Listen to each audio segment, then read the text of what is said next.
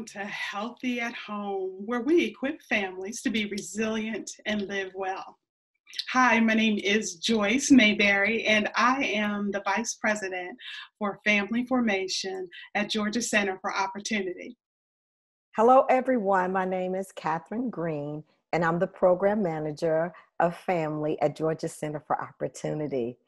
And it's with great pleasure that we have a special guest who's going to be talking to us today about managing your mental health during unforeseen circumstances. And I'd like to introduce Osai Harvey to you all. And Osai is a licensed professional counselor, and he's been doing this work for over 15 years. I want to welcome Osai. Osai, welcome to Healthy at Home. Hello, everyone. How you doing? It's so great. It's so great to have you, Osai. I couldn't do justice about telling people about who you are and what you do. So will you just share with us who you are and what you do and why do you do this work? Joyce and Catherine, first of all, thank you so much for the opportunity to be on here, just to share a few nuggets. Again, my name is Osai Harvey, originally from Sacramento, California, and I came here to Atlanta in 1998, where I pursued my psychology degree at Morehouse College. And since then, hit the ground running. So I've worked in a few facilities relating to mental health, whether they be inpatient or outpatient, and had the opportunity to work into hospital settings as well, and help navigate individuals through their mental crisis. Fast forwarding a little bit, I've worked within a mental health facility called Viewpoint, and had the opportunity to work with individuals that had experienced psychosis. So that's what I hang my shingles on in terms of individuals that needed help in that area. And now I'm currently doing my own private practice through ThriveWorks, and I've been doing that for about a year now, full time. Oh, that's awesome. Now tell us why you decided to go into this field to help others. So I strongly believe in pursuing your calling. So growing up, my mother, she was actually a social worker. So I kind of vicariously through her. I've seen how not only she helped people with resources and helped them to get back on their feet, but she also jumped right in even when they were in crisis, right? So I think just my experience in seeing her working with individuals that needed that mental health, right? And then also being able to take care of even some of the foundational needs, I sought to be very important. And in addition to that, I noticed that a lot of my friends would come seek counseling through me, when I was in middle school and high school. And I said, okay, there's something about this. So, when I went into college, that's something that I knew that I needed to pursue. Wow, that is awesome. We are so happy to have you here, which leads us into that topic that we're going to be talking about. And Joyce is going to be sharing with us why it's important. But I really want to reiterate that topic again. It is mind over matter. It's what we're going to be talking about, maintaining your mental health during unforeseen circumstances. Joyce, talk to us about why it's important for us to talk about this. Osai, thank you so much for being here and talking and speaking with us today. I love that title, and the reason why that title is important to us here at Georgia Center for Opportunity is because we believe in seeing individuals and families flourish. And we know that from statistics that families, in order for them to flourish, they need to have mental stability. So we know that that's important. So, I was reading something and I read, and Osai, correct me if I'm wrong, is it true the statistic I heard was 1 in 5 or either 46.4 million people have experienced some type of mental illness? Is that correct? Absolutely. That is definitely correct. And those are only statistics of confirmed, right? So there are still individuals that are experiencing mental health situations that may not have been diagnosed, right? So it's very prevalent, and that's why it's so important to take some time and to recognize where you are mentally, where things are in your life, whether there have been a recent crisis or just even the health of where you are in life. I think it's very important just to kind of ask the questions about the foundation, right?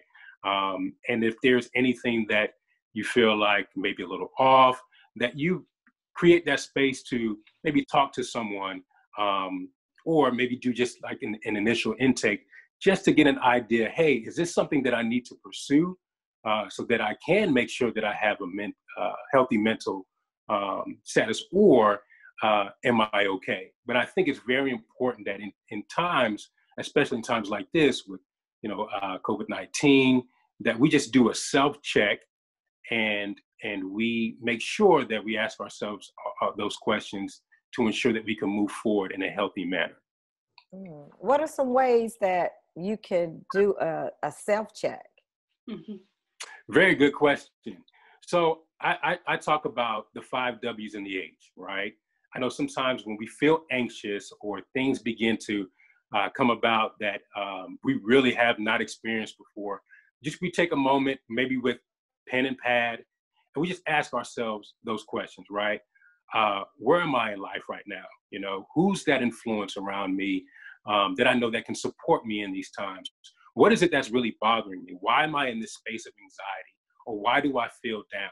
And what are some of those triggers, right? I think once we begin to identify the answers to those questions, and if we feel like maybe it's just too overwhelming and it's too much, then I think it's definitely an opportunity to ask those questions to a professional. So I would start there, just asking the 5 W's and the H's, and then moving forward from there. So we got the 5 W's and the H's. The H. Right. Wow. And the H. Okay, so I didn't think about it that way. Do you feel like now in this time, Osai, that there's more to be apprehensive about? Do you sometimes think that maybe people can over-assess where they are based on what's going on? How would you speak to someone about that? Yeah, I think so. I think sometimes we can possibly, just depending on our circumstance or our situation, that we can kind of go a little overboard, right? I think it's very important to, like I mentioned before, to have a very good and supportive network, right? So sometimes in our own minds, we may create situations and we may think it's very real, right? But sometimes it's good to just bounce those ideas and have those questions for individuals that have your best interests at heart, and say, hey, I've been thinking about this, or I've been having these questions. What do you think about that? Give me some ideas on this. And then they could perhaps give you some insight, and then also allow you to kind of see things from another perspective, as opposed to creating things that may not necessarily be real, right? So I think it's good to have a support and a healthy support network around you, to be able to help navigate through some of those difficult questions. I know there's a lot of stigma around mental health. Yes. And, if I'm struggling with that, how do I get past that? Acceptance is number one, right? I think we sometimes don't want to accept where we are in life. And as a result, I think it just kind of puts us in a much bigger hole, right? Because at that point, we create these irrational thoughts, and we say, I'm not normal. And then we get to a point where we're just isolated and we're on an island by ourselves. So I think once you begin to accepting takes creating steps, right? So creating steps to identify answers into the position that you're currently in, right? So doing some research, maybe asking a professional, hey, these are the things that I've been experiencing. What do you think about that? And then that would loosen up the stigma a little bit. I know that sometimes people kind of shun, especially when it comes to mental health, because you don't want to be labeled as, crazy or abnormal. But it's very, very important to recognize that when you're in those positions that you're helpless and you're overwhelmed, that there is help out there. And you don't have to come with the impression that you'll be judged or, people will be dogmatic, but come with the impression of, you know what, this is my opportunity to take a new step in my life, to really walk into another chapter and to navigate it with the support that I have around me. And that would make a world of difference. Getting to that point of acceptance, I think, is definitely the first step toward mental health. Wow, I really like that what you said, because you again are talking about having people around you who can help you to flourish out of that situation. I can't help but think about individuals that may have people that may not have a healthy outlook. Yeah. Is there anything that they can do to maybe even be aware that, wow, this person is not helpful, this person is not, because if you're in a fragile state, you might not, you're looking to depend on them. So what do you think about that? Yeah, number one, I think just go with your gut. If there's any type of apprehension, then you definitely take another avenue that's more professional. I would definitely say specifically for individuals that may feel like they're on an island or may not necessarily have a good environment around them, to turn to support groups. So you have EA groups, or what is called emotional anonymous groups. And so you have individuals that come in that are dealing with real mental health issues and situations that they can identify with that would help them to kind of define where they are in life right now, right? It's good to know that there's people around you that are going through similar situations that you are. It will just help you to kind of get over the hump, right? Especially if they have resources and tools that have helped them along the way, to get you to the next step. It's definitely helpful knowing that you have those individuals around you. So I would say if there's any apprehension, number one, go with your gut. And then number two, just finding a good professional support group that will be able to help you along the way. Thank you so much again, Osai, for that valuable information.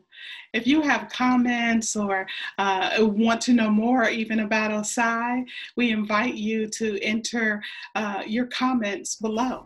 Again, thank you for tuning in with us at Healthy at Home. We'll see you next time. If you want to learn more about Georgia Center for Opportunity, visit us at our website at georgiaopportunity.org. Hey, do you need some clarity about what happens in the state of Georgia legislatively?